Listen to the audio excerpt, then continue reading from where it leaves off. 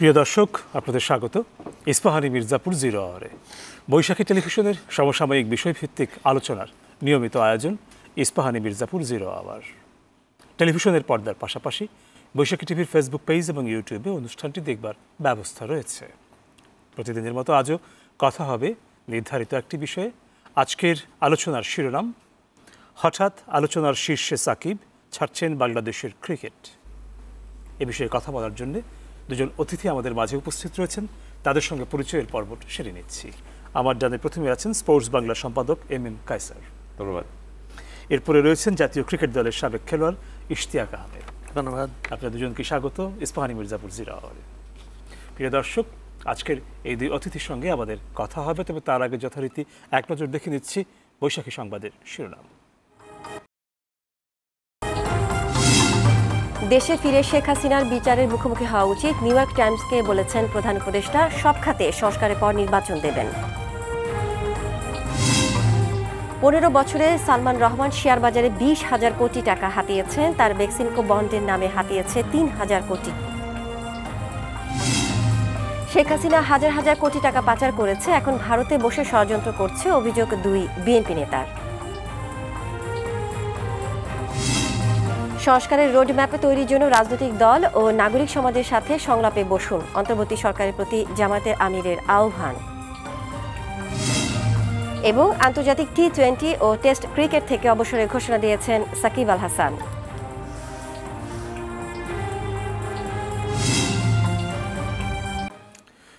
দেখছিলাম বৈশাখী সংবাদের শিরোনাম, যাব আলোচনায় আজকের দুই অতিথির সঙ্গে। আমাদের আজকের আলোচনার শিরোনাম বা আলোচনা যাকে ঘিরে, সাকিব আল হাসান বাংলাদেশের তো বটেই, আন্তর্জাতিক পরিমণ্ডলেরও অন্যতম সেরা অলরাউন্ডার। নিঃসন্দেহে ক্রিকেটের ইতিহাসে এই নামটি একটি উল্লেখ করবার মতো নাম, এই বিষয়ে কারো কোনো সন্দেহ নেই। তিনি টেস্ট ক্রিকেট থেকে এবং টি-20 ক্রিকেট থেকে অবসরের কথাটি জানিয়েছেন, এবং সেই প্রেক্ষিতেই আজকের এই আমাদের আলোচনার আয়োজন। আপনাদের সঙ্গে কথা শুরু করার আগে এই সংক্রান্ত বৈশাখী টেলিভিশনের প্রতিবেদনটি দেখে নিচ্ছি। কানপুরে ভারতের বিপক্ষে সিরিজের দ্বিতীয় ম্যাচের আগের দিন হঠাৎ করে আলোচনায় চলে আসলেন সাকিব আল হাসান। গত মাসে পাকিস্তান সফর চলাকালীন সময়ে দেশে ছাত্র জনতার আন্দোলনে একটি হত্যা মামলা হয় সাকিব আল হাসানের বিরুদ্ধে।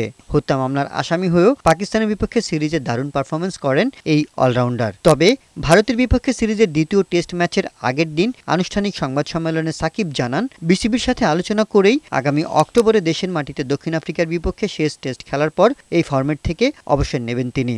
যেটা ফিল করেছিলাম যে আমার লাস্ট সিরিজ হবে টেস্ট ক্রিকেটে স্পেশালি, সো ওইটা নিয়ে আমার চিন্তা ছিল, এবং এভাবেই ফারুক ভাইয়ের সাথে এবং বোর্ডের সিলেক্টরদের সাথেও কথা বলা হয়েছে যে যদি সুযোগ থাকে, আমি যদি দেশে যেয়ে খেলতে পারি, মিরপুর টেস্ট হবে আমার জন্য লাস্ট, স্পেশালি টেস্ট ক্রিকেটে।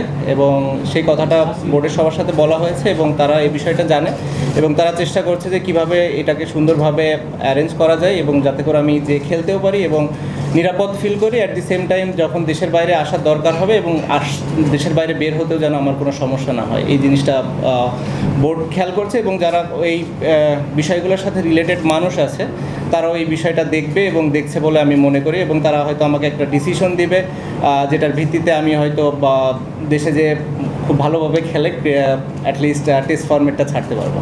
ক্রিকেটের আরেক সংস্করণ টি-20 নিয়েও কথা বলেছেন এই অলরাউন্ডার। সাংবাদিকদের জানান, গত জুনে শেষ হওয়া টি-20 বিশ্বকাপ ক্রিকেটে আফগানিস্তানের বিপক্ষে ম্যাচটি ছিল তার শেষ টি-20। আমার তো মনে হয় শেষ ম্যাচ খেলে ফেলেছে আমি ওয়ার্ল্ড কাপ। আমার কাছে মনে হয় this is the right time যে টি-20 থেকেও আমি মুভ অন করি এবং আপাতত নেক্সট যে কিছু সিরিজগুলো আছে, কিছু নতুন প্লেয়ার আসুক, নতুন প্লেয়ারদের সুযোগ দেওয়া হোক। অ্যাট দিস মোমেন্ট আমি নিজেকে অন্তত টি-20-তে দেখছি না। তবে আগামী বছর পর্যন্ত রঙিন পোশাকের একদিনের ক্রিকেট খেলা চালিয়ে যাবেন সাকিব আল হাসান।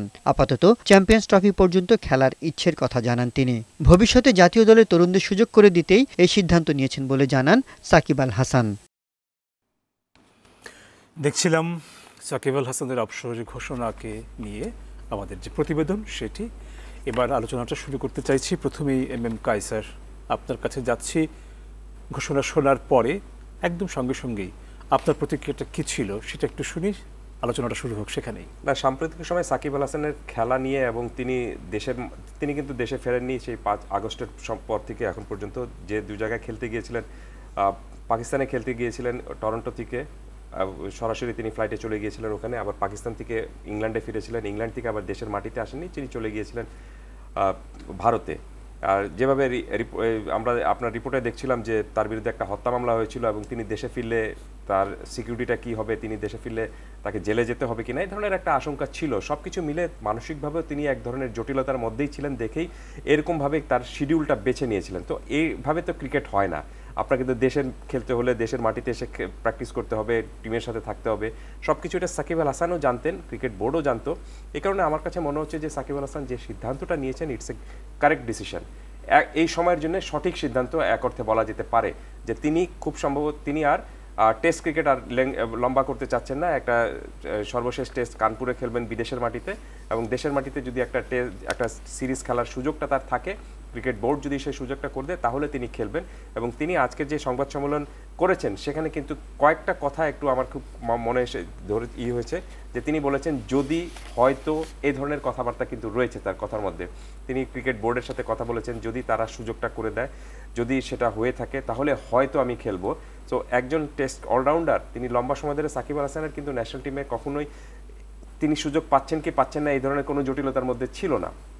এবং তার ফর্ম এখন খুব একটা ভালো না, সেটা পুরো বাংলাদেশ দলেরই ফর্ম ভালো না আপনার প্রথম টেস্টে।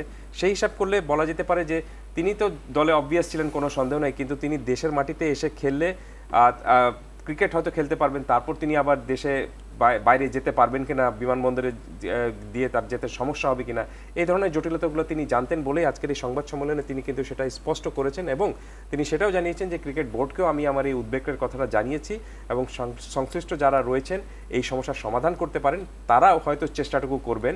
তো এক অর্থে তিনি কিন্তু ক্রিকেট বোর্ডের কাছে এবং এই তার নিরাপত্তা ইস্যু যারা নিশ্চিত করবেন সেই রকম সংশ্লিষ্টদের কাছে একটা প্রশ্ন রেখেছিলেন।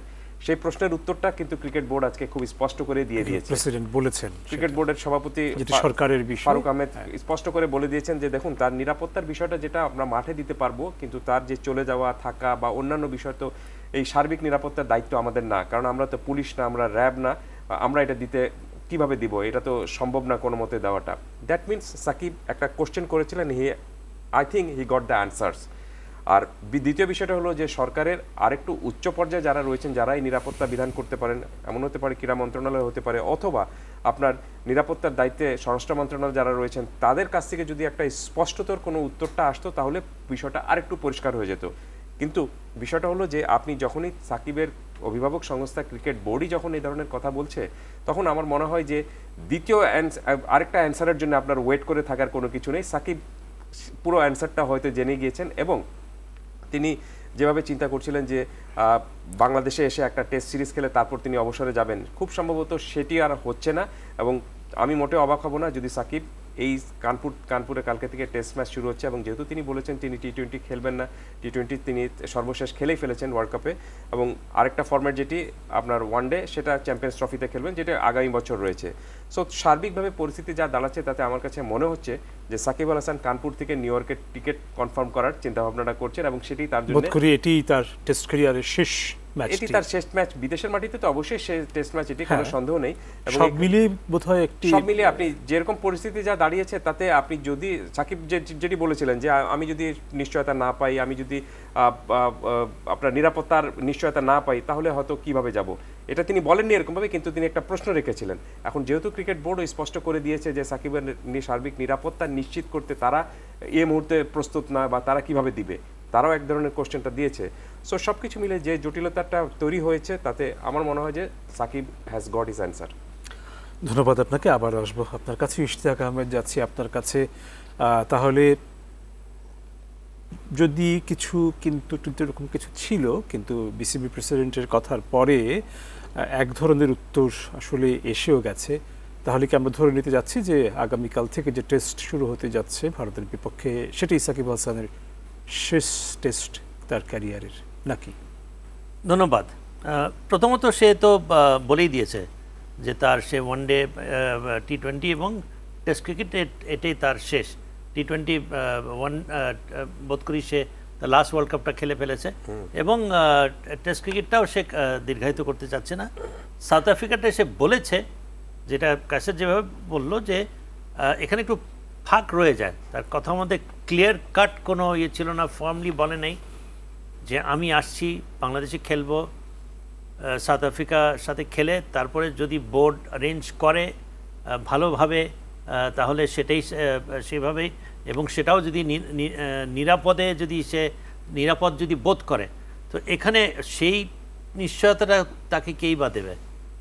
এবং আমার মনে হয় যে এই শর্ত দেওয়াটার পিছনেও একটা সে লাগিয়ে রেখেছে একটা শর্ত, so that it gives him a reason not to come back. আমার মনে হয় না that he is too willing to come back. ফেরত আসার খুব যে তার একটা তাগিদ রয়েছে কিংবা খুব যে একটা ইচ্ছা, আমি মনে করি না। এই কারণে যে সে থেকে রিটায়ার করেছে, এটা কিন্তু অনেকের একটা কৌতূহল ছিল। এটার অবসান ঘটেছে এই কারণেই পরিস্থিতি তার ফেভারে ছিল না। আগের বোর্ডে সে যে বোর্ড ছিল ইনএফেক্টিভ, সে ডিকটেট করতে পারত। সে যে প্রোফাইলের প্লেয়ার, সে যখন যেটা যেভাবে খুশি চেয়েছে ঠিক সেভাবেই সে পেয়েছে, এবং সেটা এই বোর্ডে তার সম্ভব না। এবং আমি মনে করি with all due respect to Shakib Al Hasan, যে প্রোফাইলের প্লেয়ার বাংলাদেশে আমার মনে হয় ওর মতো প্লেয়ার হতে সময় লাগবে। আমি মনে করি না সহসা আরেকটা সাকিব আল হাসান আমরা পাচ্ছি। Will have to wait for quite some time. World ক্রিকেটেও সে অনেক বছর ধরে he was the top allrounder, এইসব ব্যাপারে কোনো সন্দেহ নাই। ক্যালিবার অফ দ্য প্লেয়ার ব্যাপারে কোনো সন্দেহ নাই। বাট যে জিনিসটা আমার মনে হয় যে নেতিবাচক, যেটা আমি বলবো, তার প্রেজেন্স কিংবা তার ব্যক্তিগত যে অর্জন যেটা হয়েছে, ব্যক্তিগত অর্জন আমি বলবো, এবং সেটা সে পুরোপুরিভাবে কাজে লাগিয়েছে। যেটা সে মাঠে অর্জন করেছে সেটা I think he has maximize that to the fullest for his personal advantage, and that is also by getting all kinds of support from a board which is completely ineffective.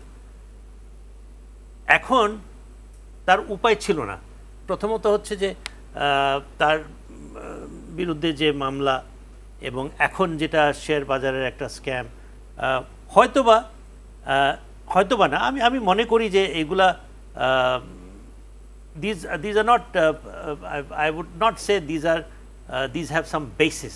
I don't think so. Yes, তার প্রোফাইলের মতো প্লেয়ারের কাছ থেকে একটা সারা আমরা সবাই আশা করেছিলাম যে সম্মতি কিংবা কোনো একটা তার কাছ থেকে, যে প্রোফাইলের player, the youth of Bangladesh expected something from him, some kind of response, some kind of a support, যেটা আসে নাই।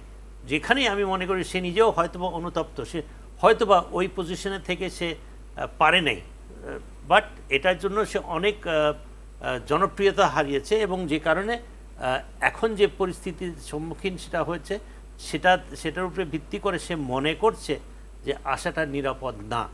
কারণ তার যে পপুলারিটি, তার যে ফ্যান বেজ হয়তো বা রয়েছে, কিন্তু তার আগেনস্টে যে একটা কি বলবো, একটা যে রয়ে গেছে, তো সেটা সে চান্স নিতে চাচ্ছে না। তো সেই জন্য সে ক্রিকেটটাকে কন্টিনিউ করার মতো সে পরিস্থিতি, he will not be the same hero he was during the last board, during the last regime. অপ্রিয় সত্য এটা, অনেক তার ফ্যান্সরা হয়তো বা স্বীকার করবে না, বাট আমার মনে হয় আমরা যারা খেলা দেখে এসেছি অনেক বছর ধরে, যারা আমরা ক্রিকেট ভালোবাসি, যারা আমরা ক্রিকেটটাকে ভালোবাসি, ক্রিকেটের উপরে কিন্তু কেউ নেই, ব্যক্তি কিন্তু কেউ ক্রিকেটের উপরে না। সো আমি সেইটাকে ধরেই বলছি যে he is not greater than cricket, and he knew that the present scenario is not favourable for him. আর তাহলে সে এটা করতো। এবং দেখেন, আরেকটা জিনিস না বলেও পারছি না, although it may sound a little harsh, তার একটা মার্কেট ভ্যালিউ ছিল আগের বোর্ড। ইভেন সে যদি নাও খেলতো, he knew Shakib Al Hasan has a value. Value means, I mean in terms of financial value. To him, that was valuable. If he continued playing cricket, অনেক player, সে যখন last world কাপে he flopped as a captain, he flopped as a player. a world-class player should have retired then, not now, when things are not in your favor. He should have retired then. He did not. Why? কারণ সে জানে যে দেশে ফেরত আসবে, কেউ কিচ্ছু করতে পারবে না। প্রোব কমিটি একটা করেছে, প্রোব হয়েছে, কোনো আমরা রিপোর্ট দেখতে পেরেছি? নো। তাহলে অনেকেরই lots of heads would roll, ওর মধ্যে সেও হতো। ইনএফেক্টিভ বোর্ড ছিল আমাদের। আমি মনে করি যে এখনকার board is not ineffective, at least not yet. Let's hope they remain like this, let's hope they are effective. এবং যে কারণে তার value is not there, the financial value will also not be there. So why play cricket? সেক্ষেত্রে একটা প্রশ্ন পাশাপাশি রয়ে যাচ্ছে, তাহলে তার ওয়ানডে ক্যারিয়ারের বিষয়টা কি দাঁড়াবে? এম স্যার, এটা আপনার কাছ থেকে শুনতে চাই। না, তিনি যেহেতু ক্রিকেটে নেই এবং তিনি দেশে ফিরবেন কিনা সেটাও এখন পর্যন্ত জানা নেই, এবং তিনি যে এক অর্থে ইশতাক ভাই যেভাবে বললেন যে একটা শর্ত জুড়ে দিয়েছিলেন যে তিনি দেশে এসে খেলবেন এবং তারপরে তার দেশে ফিরে যাওয়ার, দেশের বাইরে যাওয়ার ব্যাপারে তিনি যেন কোনো বাধাগ্রস্ত না হন, এরকম একটা নিরাপত্তা তিনি চেয়েছিলেন ক্রিকেট বোর্ডের কাছ থেকে। সেটা যেহেতু এখন অনিশ্চিত, তাহলে আমার মনে হয় না যে সেটা তার সামনের যে ক্যারিয়ার যেটা রয়েছে, একটা মাত্র ক্যারিয়ার ওয়ানডে এটাকে নিয়ে, সেটা নিয়ে ক্রিকেট বোর্ডও খুব একটা চিন্তাভাবনা করছে। বাট আমার মনে হয় যে ক্রিকেট বোর্ডেরও এখন একটা উচিত, সাকিব যেরকমভাবে আজকে বলেছেন মুভ অন করেছেন তিনি এই দুই ধরনের ক্রিকেট থেকে, ক্রিকেট বোর্ডেরও কিন্তু তার ব্যাপারে একটা মুভ অন করে ফেলেছে, যেহেতু ক্রিকেট বোর্ড একটা সিদ্ধান্তটুকু জানিয়ে দিয়েছে। এবং আমি মনে করি যে সেটাই করাটা উচিত এখন, কারণ আপনি পিছন দিকে তাকালে আর কোনো লাভ নেই, আপনাকে সামনের দিকেই তাকাতে হবে। হ্যাঁ, প্রশ্ন উঠবে যে সাকিব আল হাসানের বিকল্প এখনও তৈরি হয়েছে কিনা, বা তার রিপ্লেসমেন্ট করার মতো খেলোয়াড় এসেছে কিনা। সেটা হয়তো এই মুহূর্তে নেই, কিন্তু সামনে আসতেও পারে, আবার আসতে একটু দেরি হতে পারে। সাকিব যখন এসেছিলেন তখন কেউ মনে করতে পেরেছিল যে তিনি আগামী 20 বছর এরকমভাবে বাংলাদেশ ক্রিকেটের হয়ে শাসন করতে পারবেন। সেরকম নতুন আরেকজন কেউ আসবে, আপনি যদি স্পেস না দেন, আপনি যদি কাউকে নতুন জায়গা না দেন, তাহলে কীভাবে আপনি পাবেন?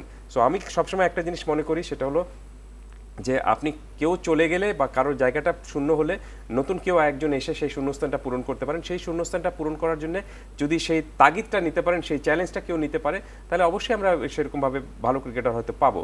আমি উদাহরণ হিসেবে বেশি দূর যাবো না, আপনি দেখুন সচিন টেন্ডুলকার যখন রিটায়ারমেন্টে গিয়েছিলেন তখন ভারতীয় ক্রিকেট বোর্ডে এক ধরনের হাহাকার উঠেছিল যে সচিনের রিপ্লেসমেন্ট কে হবেন, কে পারবেন। কিন্তু এখন ভারতীয় দলের যে অবস্থা, তাতে আপনি কি সচিন টেন্ডুলকারের অভাবটা অনুভব করতে পারেন না। আপনাকে সেরকমভাবে যদি ব্যাকআপটা সেরকমভাবে থাকে, আপনাকে প্রপার লাইন আপটা যদি সেরকমভাবে থাকে, চেইন অফ কমান্ড যেটা বা চেইন অফ যে প্লেয়ার সাপ্লাইয়ের যে লাইনটা যদি সেরকমভাবে থাকে, তাহলে আমার মনে হয় না যে এটা বড় ধরনের কোনো বিগ ইস্যু হতে পারে। তবে হ্যাঁ, একটা বিষয় মাস্ট মাথায় রাখতে হবে, আপনারা যখনই সাকিব আল হাসানকে কেন্দ্র করে কোনো চিন্তাভাবনা করব বা একটা সিদ্ধান্তে আসতে চাবো, তখন সেখানে দুটো বিষয় কিন্তু খুবই স্পষ্ট।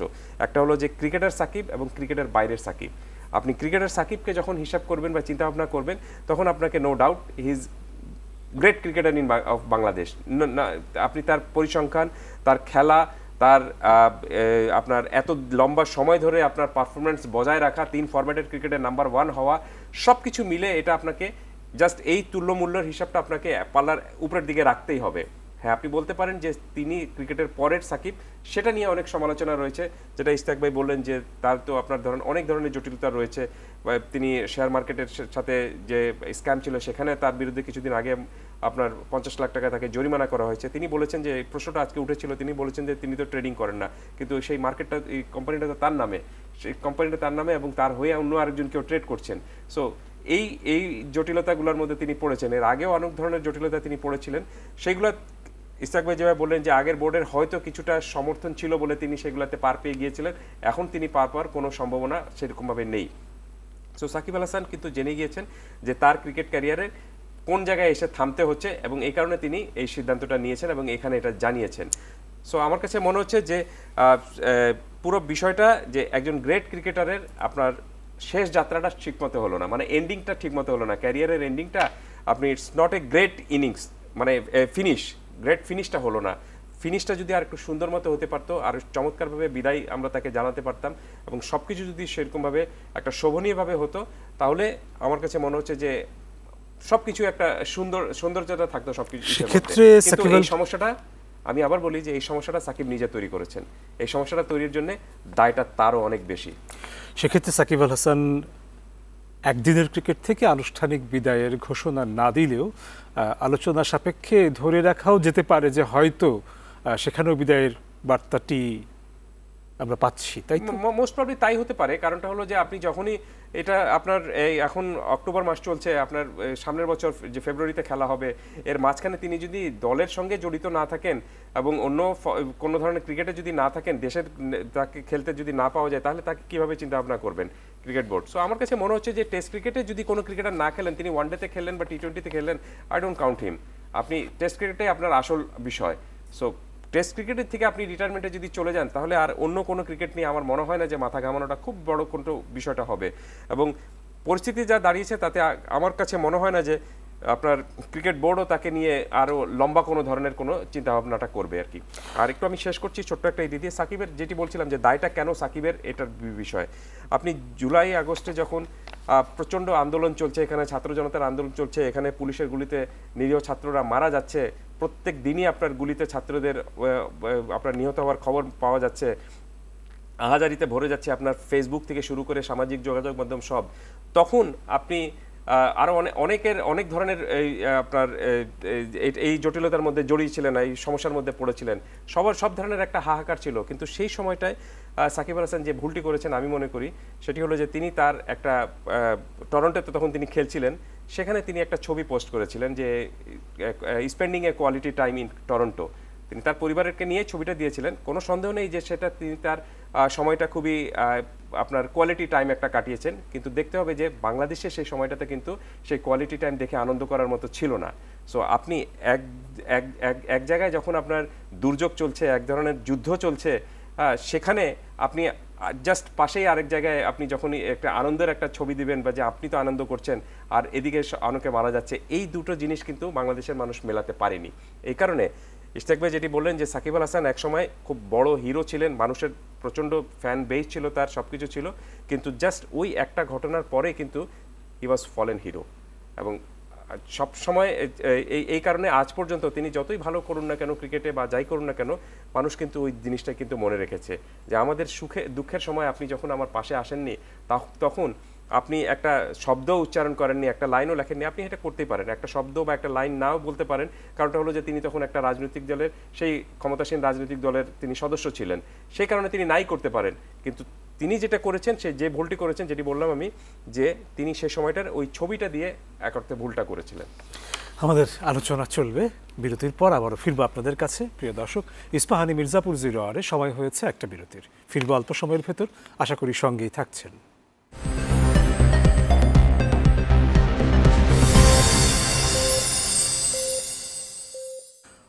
প্রিয় দর্শক, আপনাদের আবারও স্বাগত ইস্পাহানি মির্জাপুর 0 আওয়ারে। ধন্যবাদ বিরতির সময়টুকু আমাদের সঙ্গে থাকার জন্য। ফিরছি আবারও আলোচনায়। ইশতিয়াক আহমেদ, এবার আপনার কাছে আসছি। সাকিব আল হাসান এই নামটির সঙ্গে বিতর্ক শব্দটির একটি বড় সম্পর্ক আছে, নানা কারণেই আজকের আলোচনা থেকেও সেটা টের পাওয়া যাচ্ছে।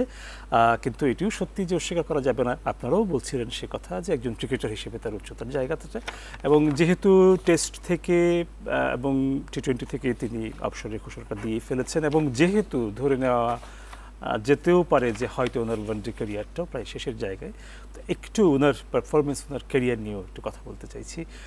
প্রায় 1.5 যুগের ক্যারিয়ার ওনার, 2007 সাল থেকে, 2007-এ টেস্ট 6 বোধহয় ওয়ানডেতে 6 এবং টি-20তেও 6, সেক্ষেত্রে একদম অ্যাবসলিউটলি আপনার 1.5 যুগের একটা ক্যারিয়ার।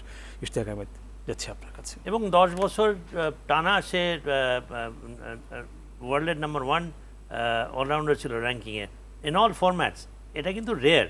আমার মনে হয় আমরা আগামীতে কবে দেখব যে একটা প্লেয়ার 3টা ফরম্যাটে নাম্বার 1 অলরাউন্ডার হওয়া, যেখানে অনেক ওয়ার্ল্ড ক্লাস অলরাউন্ডার্স, এর মধ্যে আমাদের Shakib Al Hasan has been number 1 allrounder for many years.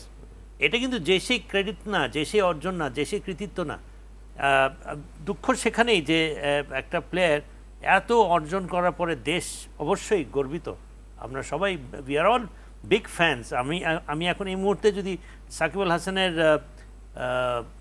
ব্যাপারে কিছু নেগেটিভ যদি বলে থাকি, সেটা is because I'm sad, not because I want to say it, because he is our pride, he is our asset.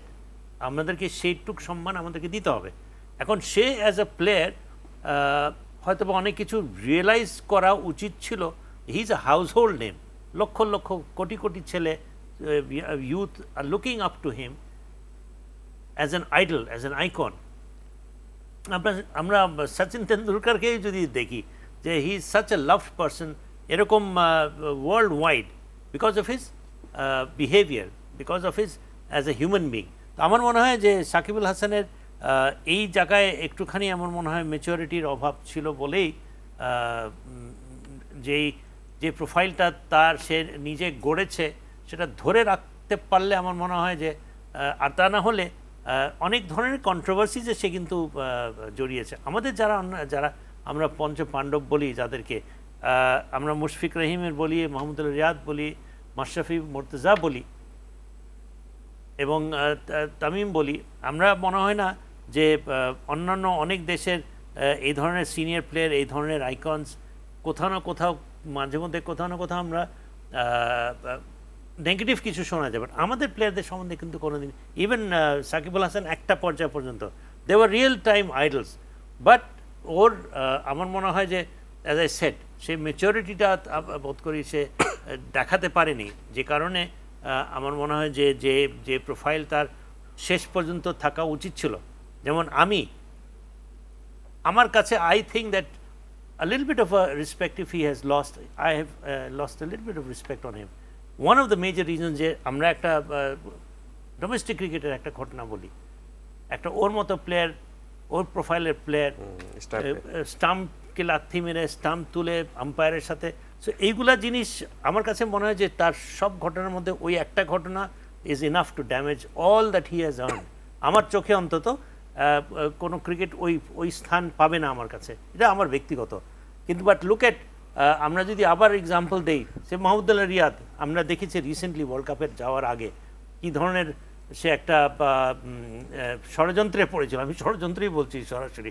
তারপরে যে সে কীভাবে ওখান থেকে বেরিয়ে এসে ওয়ার্ল্ড কাপে পারফর্ম করেছে, he fought like a fighter and he still calm and quiet, he has earn the respect of millions of people. আমার কাছে মাহমুদুল রিয়াদ যেই লেভেলে ছিল তার থেকে অনেক উঁচু লেভেলে এসে as a player, as a human being he has established. So this is what we look from a player of this caliber.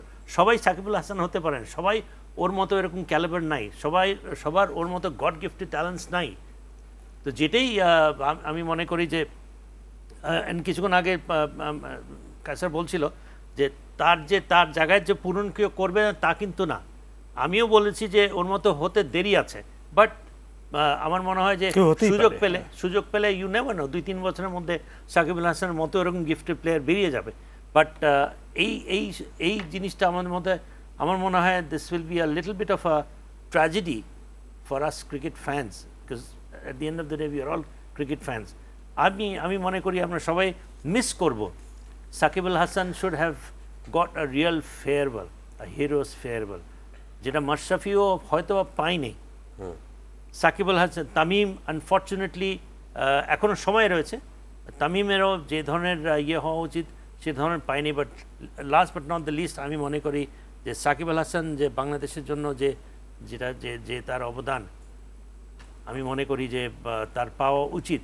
And I think what Kaisar has said, আমি I'll endorse 100% of what he said, এটার জন্য সাকিব নিজেই দায়ী। একটু কায়সার আপনার কাছ থেকে শুনবো একই প্রসঙ্গ।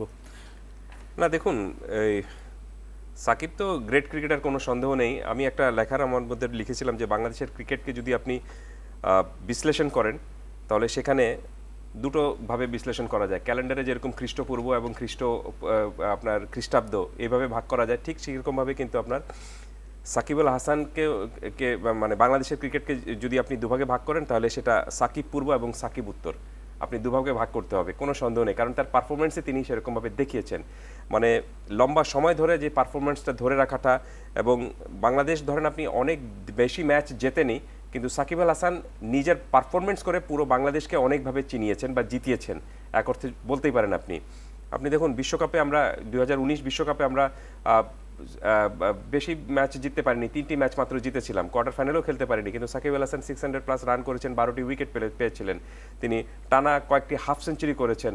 সব কিছু মিলে দুর্দান্ত একটা পারফরমেন্স করেছিলেন। এবং আরেকটা জিনিস একটু আমি সাকিবের বিষয়ে যোগ করতে চাই, সাকিব আল হাসান আপনি 1 বছরের জন্য নিষিদ্ধ হয়েছিলেন ওয়ার্ল্ড কাপ থেকে ফিরে আসার পরে, তারপর তিনি 1 বছরের জন্য ক্রিকেটে নিষিদ্ধ হয়েছিলেন।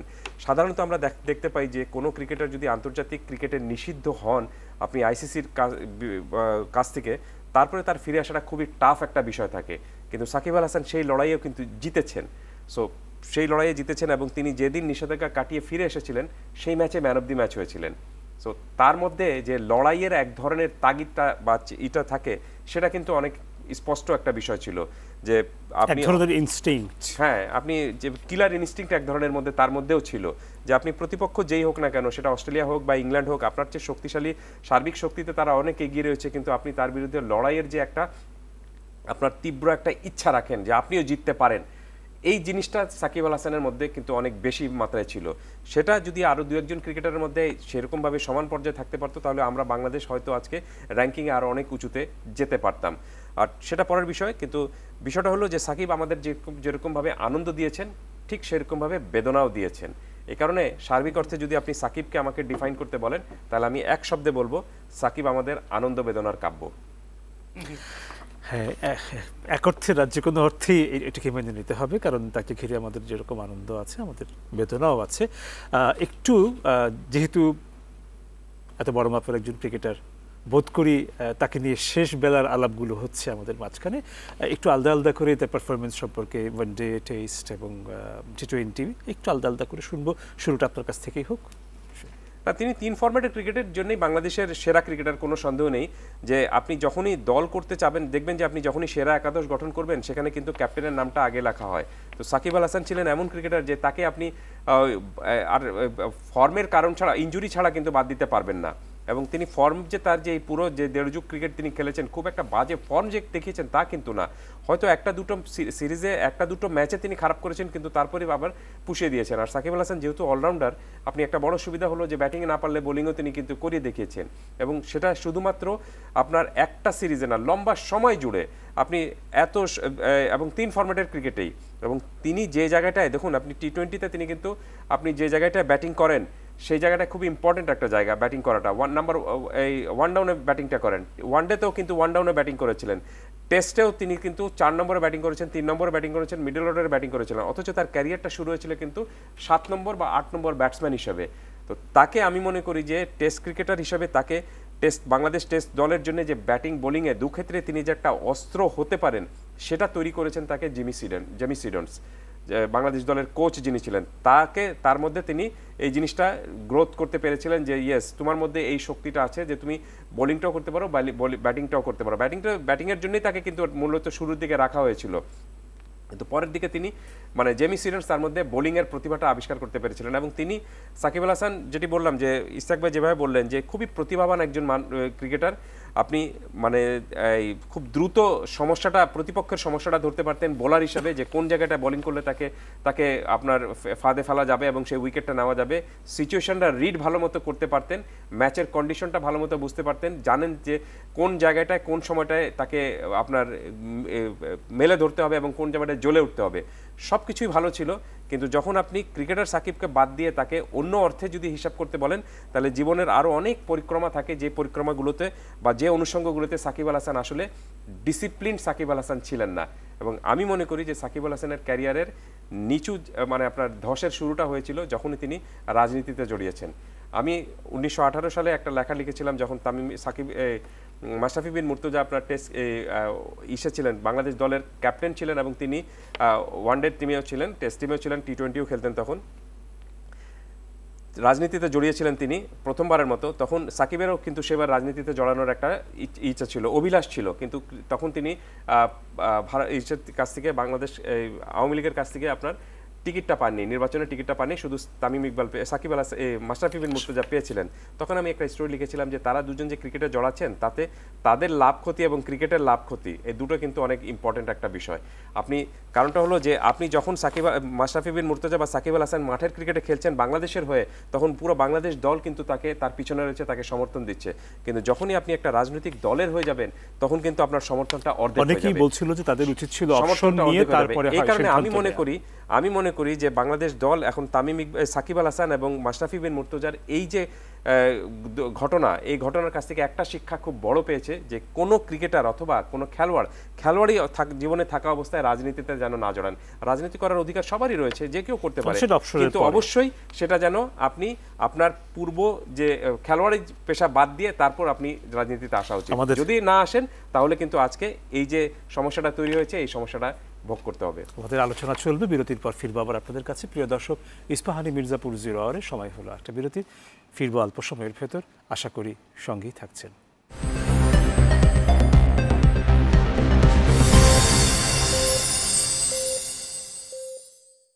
প্রিয় দর্শক, আপনাদের আবারও স্বাগত ইস্পাহানি মির্জাপুর 0 আওয়ারে। ধন্যবাদ বিরতির সময়টুকু আমাদের সঙ্গে থাকার জন্য। ফিরছি আলোচনায়।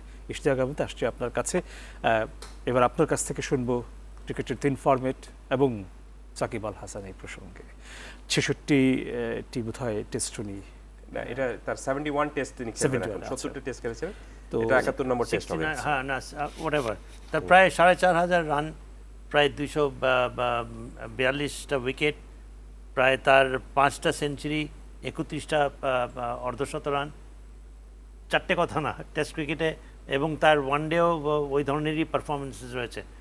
নো ওয়ান্ডার সে যে নাম্বার 1 অলরাউন্ডার 10 বছর ধরে পারফর্ম করেই তার মাঠের পারফরমেন্সের ব্যাপারে is one of the most intelligent cricketers, world wide respected, এবং সব দেশেই খেলেছে এক্সেপ্টিং তার অস্ট্রেলিয়াতে খেলাটা খুব একটা হয়নি, এবং ইংল্যান্ডে হয়তো একটাই সিরিজ খেলেছে, খুব একটা তার অভিজ্ঞতা নাই।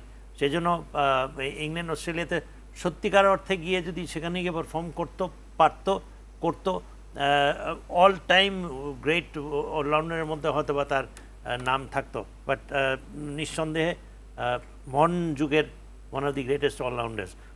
তার যেটা কায়সার বলল 2019 সালের যে ওয়ার্ল্ড কাপটা অবিস্মরণীয় একটা ওয়ার্ল্ড কাপ সে খেলেছে।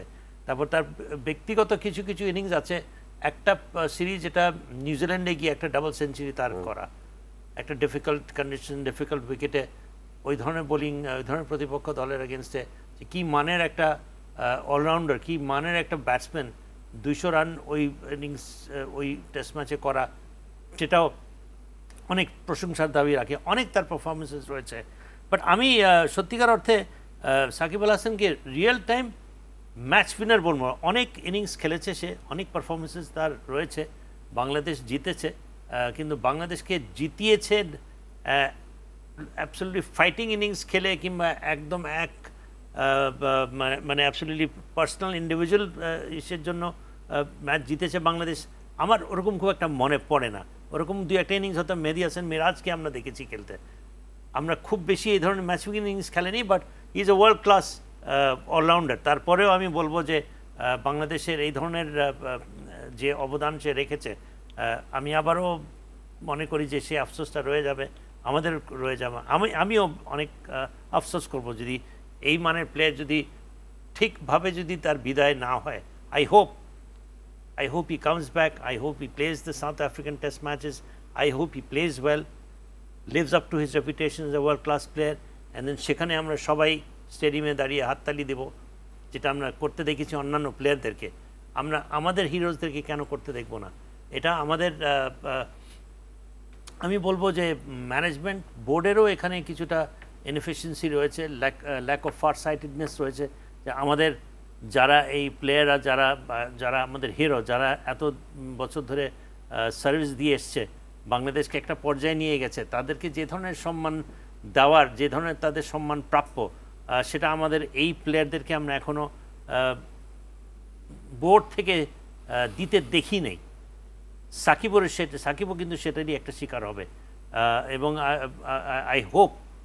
আই হোপ দ্যাট সে যেটা চাচ্ছে, যে সে শর্ত যেটা দিয়েছে, যে সে যেন নিরাপদ বোধ করে, এবং দেশ থেকে চলে যাওয়ার সময় তাকে কেউ যেন এখানে না থামায়, কোনো হ্যারাসমেন্ট যেন না হয়, সেটাই বোঝাতে চাচ্ছে, সেটাই যেন হয়। Because I think that after all that he has done, I think all our players, including Sakib Al Hasan, they deserve the highest respect one should get. Otherwise, আমাদের যারা পরবর্তী যারা প্লেয়ার যারা হবে সামনের প্রজন্মের, তারাও তো আশা করবে, তারাও সে স্বপ্ন দেখবে যে one day when we hang our boots we will also get this same type of respect.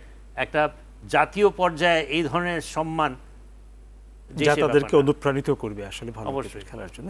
একদম 1 মিনিট সময় নিয়ে আমার মনে হয় যে সাকিব আল হাসান যে সমস্যা, আমি যে সমস্যাটা প্রেক্ষাপটটা বললাম যে কেন তাকে ঘিরে এটা হয়েছে, সেটা নিশ্চয়ই এতক্ষণ সবই দর্শকরাও জানেন। এটা দেখুন, সেই ঘটনা অনেকদিন পরে হয়ে গিয়েছে, তারপরে কিন্তু আপনার এখানে রিজিম চেঞ্জ হয়েছে, নতুন সরকার গঠন হয়েছে এসেছে, তারপরে তো ধরেন এখন আপনি সেই বিষয়টা নিয়ে সাকিবের এখন একটা মন্তব্য করা বা একটা স্ট্যাটাস দেওয়াটার মধ্যেও কিন্তু তেমন কঠিন কোনো কাজ ছিল না। তিনি যদি মনে করতেন যে ওই সময়টা তার ভুল হয়েছে বা ওই সময় তার এই ধরনের প্রতিক্রিয়া দেখানোটা উচিত হয়নি, তাহলে তো এখন তো রাইট টাইম, তিনি তো এখন এই জিনিসটা একটা বলতে পারতেন বা তিনি স্ট্যাটাসও দিতে পারতেন, অথবা সে আন্তরিকতার অভাব ছিল, যে কোনো একটা জিনিস কিন্তু তিনি বর্ণনা করতে পারতেন বা বলতে পারতেন। তাহলে দেখতেন যে অনেক কিছু, আমি মনে করি যে মানুষ তো ভুল থেকে শিক্ষা নেয়, মানুষ যে ভুল করে সেই ভুল থেকে যদি আপনি বলেন যে yes I made a mistake, তাহলে মানুষ কিন্তু ক্ষমা করে দিতে পারবে বা বলতেই পারে এটা। সো সেটা যদি তিনি করতে পারতেন তাহলে দেখতেন যে আপনি এই জটিলতা, আমার কাছে মনে হচ্ছে যে এই জটিলতা এতদূর হতো না, এবং মানুষ তখন তাকে তার সেই ভুলটাকে হয়তো ক্ষমা করে দিয়ে তাকে কিন্তু মানে সাকিব আল হাসান যেরকমভাবে বলা হতো সবসময় যে সাকিব আল হাসান বাংলাদেশের জান, কিন্তু এখন ধরেন আপনি সেই সমস্যাটা তিনি নিজে তৈরি করেছেন এবং সেটার সমাধানটা তিনি করতে পারেননি বলে আজকে এই পর্যায়ে এই ধরনের দায়টা বা এই দুর্দশাটা তাকে ভোগ করতে হচ্ছে। আমাদের আলোচনা শেষ করতে হচ্ছে। ধন্যবাদ আপনাদেরকে আজকে আলোচনায় অংশ নেওয়ার জন্য। প্রিয় দর্শক, ধন্যবাদ আপনাদেরকেও দীর্ঘ আলোচনা আমাদের সঙ্গে থাকার জন্য। আবারও দেখা হবে ইস্পাহানি মির্জাপুর 0 আওয়ারে, কথা হবে অন্য কোনো বিষয়ে। সে পর্যন্ত সবাই ভালো থাকুন, সুস্থ থাকুন, শুভরাত্রি।